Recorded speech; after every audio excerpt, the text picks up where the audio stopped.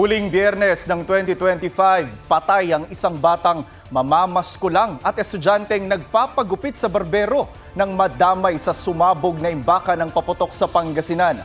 Namerwisyo rin sa ibang probinsya ang ilang pinagbabawal na boga. May report si Rafi Tima. Gabi ng Pasko, nilamon ng apoy ang bahay na ito sa Dagupan City. 2 ang nasawi. Kabilang ang isang babaeng 7 taong gulang na namamaskulang at nadaganan pa ng nagliyab na motorsiklo. May bigla na nga lang daw pong sumabog. Kasi hindi na siya nakalabas. Ang kanyang mga magulang at kapatid, kabilang naman sa 5 sugatan. Patay rin ang isang estudyanteng nagpapagupit sa kalapit na barbershop. Base sa investigasyon, nagsisilbing imbaka ng paputok ang sumabog na bahay. Hawak na ng pulisya ang may-ari nito. Umamin siyang sa bahay sila nagre-repack ng mga binibentang paputok. Naglipa ng boga naman ang problema sa ilang lugar, gaya ng mga kabataan sa Jensan na huli kamang paggamit ng boga noong bisperas ng Pasko. Kinumpiska ng mga napadaang pulis ang 2 boga mula sa mga bata. Nakataktang sirain ang mga ito. Ilang boga rin ang sisirain kasama ng mga kinumpiskang iligal na paputok sa Alabel, Sarangani. May mga sinira ring boga sa Iloilo City at nakuha mula sa 6 na bata. Lantaka o improvised na kanyon naman na gawa sa kawayan ang nakaperwisyo sa Mandawi, Cebu. Ang batong galing umano sa pinaglaruang lantaka ng mga bata roon, nakasugat sa binti ng isang babae. Boga pa rin ang isa sa mga pangunahing dahilan ng fireworks-related injuries ngayon sa lubong 2026 na sa datos ng DOH ay halos 6 na po na mula pa noong December 21. Sa parehong panahon, 10 pasyenteng napuruhan ng paputok ang isinugod sa Jose A. Reyes Memorial Medical Center sa Maynila. Although legal yung ibang paputok, pinaglalaroan pa rin ng bata. So yun ang mga karamihang injury natin. Ang paputok, legal man o illegal, bawal sa bata. Dapat yan ang humahawak yung adult lang. Mga paputok na 5-star, piccolo at pop-up ang may pinakamaraming nabibiktima batay sa tala ng PNP. Dahil karamihan sa mga nabibiktima ay mga bata, may panukala ang DOH para sa mga magulang. Baka dapat mas may penalty sa magulang. Kung may legislator na magpupush ng ganon, parang child abuse kasi yun eh. Pinapaglaro mo ng paputok yung anak mo. Pero sadyang mabenta pa rin ang paputok lalo na sa Bukawi, Bulacan. Galing probinsya pa ang ilang bumibili. Payo sa kanila ng BFP, maging maingat sa pagbabiyahe at pag-imbak ng mga nabibiling paputok. Malayo doon sa mga posibleng pagmulan nga ng ignition, no? Yung mga wire, yung fumes na from the explosive powder, kasi nagko-convert pa rin into fumes yan eh. Kahit yung radiation from the sun, kung yung sobrang init. Sa Tondo, Maynila naman, isang babaeng dayo lang para makipasko sa nobyo ang nasawi nang may 2 individual na nagbarilan sa lugar. Tinutukoy pa ang 2 sangkot. Tinamaan ng ligaw na bala kung tinamaan dun sa ginawang pagbabarilan po ng 2 individual. Sa balikat po, kaya lang tumagos daw po ito sa may parte ng baga. Nadali rin ng ligaw na bala ang isang babae sa Pavia, Iloilo. Arestado na ang lalaking nagpaputok ng baril na lasing umano. Rafi Tima nagbabalita para sa GMA Integrated News. Hindi na umabot ng bagong taon ang 4 na pasahero ng isang bus na nahulog sa bangin sa Camarines Sur. Posibleng nakatulog daw ang driver ng bus o di kaya'y inatake sa puso. May report si Von Aquino. Doble ingat ang mga rescuer na ito dahil pahirapang marating ang bus na nahulog sa bangin sa Del Gallego, Camarines Sur.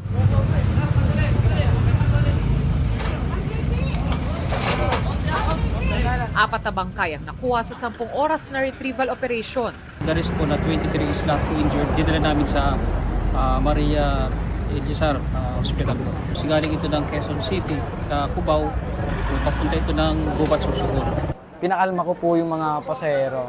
Tapos humanap po kami ng paraan para mabasag po yung windshield ng bus. Nakakuha po kami ng fire extinguisher para basagin po yung unahan ng bus. Pag-akit po namin, nakahanap po kami ng tindahan. Doon po kami humingi ng tulong. Kabilang sa malubhang isa sa 2 driver.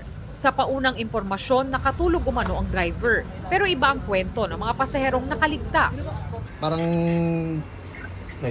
inatake yung driver. Tapos ngayon, hindi na makontrol. Inanon nung inspector. Inspector. Nagising po ako bago uminda po yung driver na masakit yung tagaliran. Sabay po yung inspector po. Ginilid po yung bus. Bukod sa sinapit ng driver, inaalam din kung nagkaproblema ang makina bago bumiyahe.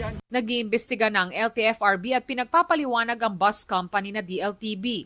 Ayon sa pamunuan ng bus company, gagawin nila ang lahat para matulungan ang mga biktima.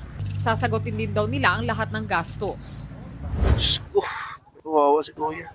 Grabe. Sa Ipil, Zamboanga, Sibugay na ipit sa wasak na harapan ng bus ang driver na ito. Bumangga ito sa truck na magde-deliver ng isda na ang driver ay dead on the spot. May nahagipang motorsiklo na pumailalim sa bus. Sugatan ng 2 magkaangkas, pati ang 6 na pasahero ng bus at 2 pahinante ng truck. Inaalam pa ng pulisya kung nakatulog ang driver ng truck. Sa Pasay, tanggal ang gulong ng isang motorsiklong nabangga ng isang SUV. Dinala sa ospital ang mga nasugatan. Kwento ng rider, may 2 pang nabangga ang SUV at isa ang may malalang tama. Ako po yung pinakauna niya nadali. Dito po ako sa may slow lane. Siya po yung nasa fast lane. Tapos biglang nag-curving, kaya po kami nadali. May muntik siyang mabunggo ulit na 2 motorista. According sa aking investigador, hindi naman tumumba yung 2 motorista. Hinabol siya. Pagkahabol sa kanya, doon yata nagkaroon ng commotion. Duguan naman ang driver ng SUV matapos kuyugin dahil nagtangkang tumakas hanggang naharang ng taxi. Naawat ang pambubugbog nang dumating ang MMDA at mga pulis. Posibleng maharap ang SUV driver sa reklamo. Maaari rin daw niyang idemanda ang mga nambugbog sa kanya. Paalala ng mga otoridad kapag nakahuli ng traffic violator, anuman ang galit, idaan sa tamang proseso ang pagsasampa ng reklamo sa kanila. Von Aquino, nagbabalita para sa GMA Integrated News. Traffic pa rin po sa ilang bahagi ng EDSA dahil sa ginagawang rehabilitasyon. Ang latest na sitwasyon sa EDSA sa live report ni Jamie Santos. Jamie? Jonathan, bukas simula na ng long weekend ng mga government employees pero ngayon pa lang, kailangan ng mahabang pasensya dahil sa traffic. Dito sa EDSA Orense, mabagal ang daloy ng trapiko lalo na sa southbound. 2 lane lang kasi ang madaraanan. Hindi lalagpas ng 5 to 10 kilometers per hour ang usad ng sasakyan. Makikihati pa sa kalsada ang mga bus na hindi muna makadaan sa bus lane dahil sa pag-aaspalto. Ang traffic na iyan, dire-diretso hanggang Pasay. Pasado alas 4 ng hapon, tukod ang traffic sa bahagi pa lang ng EDSA Guadalupe. Ilang metro kasi mula Guadalupe Bridge, may mga signages na at doon nagsisimula ang pagsasara ng daan para sa roadworks. Jonathan, sa northbound naman ng EDSA Orense, sa mga oras na ito, tuloy-tuloy ang daloy ng trapiko hanggang Quezon City na yan. At yan ang latest mula rito sa EDSA. Balik sa iyo, Jonathan. Maraming salamat, Jamie Santos. Pinabulaanan ni Public Works Secretary Vince Dizon na may inauthenticate siya sa mga dokumentong hawak ni Batangas Representative Leandro Leviste. Iginiit kasi ni Leviste na isa ang kalihim sa pwedeng magkumpirma ng authenticity ng files na nakuha niya mula sa DPWH at kay yumaong dating DPWH Undersecretary Catalina Cabral. Sabi ni Dizon, Setyembre nang magpunta si Leviste sa tanggapan ni Cabral. Anya, nagpilit si Leviste na kumuha ng files at kopyahin ito sa kanilang flash drive gamit ang computer ng isang staff ni Cabral.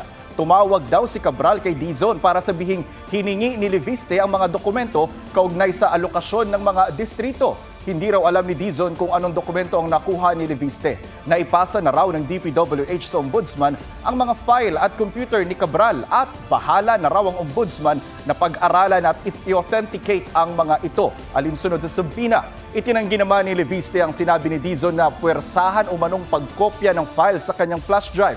Hindi raw niya maisip na magsisinungaling ng ganon si Dizon dahil meron pa raw iba na naging bahagi ng pag-uusap nila ng kalihim noong sabihin nitong ibigay ang file sa kanya para sa transparency.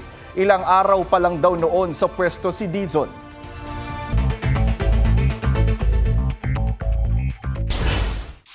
To flood control. So Commissioner Rosana Fajardo magbibitiw na sa Independent Commission for Infrastructure o ICI sa pagtatapos ng taon. Sabi ni Fajardo, tapos na ang kanyang trabaho sa komisyon. Sa kanyang pagbibitiw, tanging si ICI Chairman Andres Reyes Jr. na lamang ang matitira sa 4 na orihinal na miyembro ng ICI. Sabi ni Reyes, natural lamang ang pagbibitiw ni Fajardo dahil time-bound ang mandato ng ICI. Ilan pang dashcam video nakuha kay dating DPWH Undersecretary Catalina Cabral sa gilid ng bangin hawak na ng NBI. Sa video, makikita si Cabral na nakaupo na sa baba sa pagitan ng dalawang concrete safety barriers. Ayon sa NBI, ito ang huling pagkakataong nakitang buhay si Cabral na walang ibang kasama at wala rin ang kanyang sasakyan. Binigyang linaw daw nito ang totoong nangyari sa huling sandali ni Cabral. Joseph Morong nagbabalita para sa GMA Integrated News. Ibinasura ng prosekusyon ng reklamong perjury ni Senador Jinggoy Estrada laban kay dating DPWH Engineer Bryce Hernandez. Sa resolusyon ng prosecutor ng Quezon City, nabigo raw si Estrada na patunayang may malicious intent si Hernandez nang idawit niya ang senador sa maanumalyang flood control projects. Sa kabila raw kasi ng mga isinumiting dokumento ni Estrada para pabulaanan ng akusasyon, iginiit ni Hernandez na ang mga sinabi niya ay batay sa kanyang personal na kaalaman at ugnayan sa operasyon ng DPWH. Sinusubukan pa namin kunan ng pahayag sina Estrada at Hernandez. Bumulusok sa -3 ang net trust rating ni Pangulong Bongbong Marcos. Base yan sa survey ng Social Weather Station o SWS nitong Nobyembre. Mas mababa yan sa +7 net trust rating noong Setyembre at sa +18 noong Hunyo. 38% ang nagsabing may malaki silang tiwala sa Pangulo, pero nahila ito ng 41% na may maliit na tiwala sa kanya. Nagtala naman ng +31 net trust rating si Vice President Sara Duterte. Mas mataas yan ng 6 na puntos sa nakuha niya noong Setyembre. Kinomisyon ang survey ng chat-based consultancy at isinagawa noong November 24 to 30. Isinagawa ito sa kasagsagan ng issue ng mga anomalya sa flood control projects. Sabi ni chat-based group founder and CEO Victor Andres Manhit, posibleng naapektuhan ng Pangulo sa takbo ng aksyon ng gobyerno laban sa katiwalian. Marami pa bang tira sa inihain nitong Noche Buena? Aba, may tamang paraan po sa pagtatago niyan para hindi mapanis at makaiwas sa food poisoning. Ang Tip Talk sa report ni Katrina Son.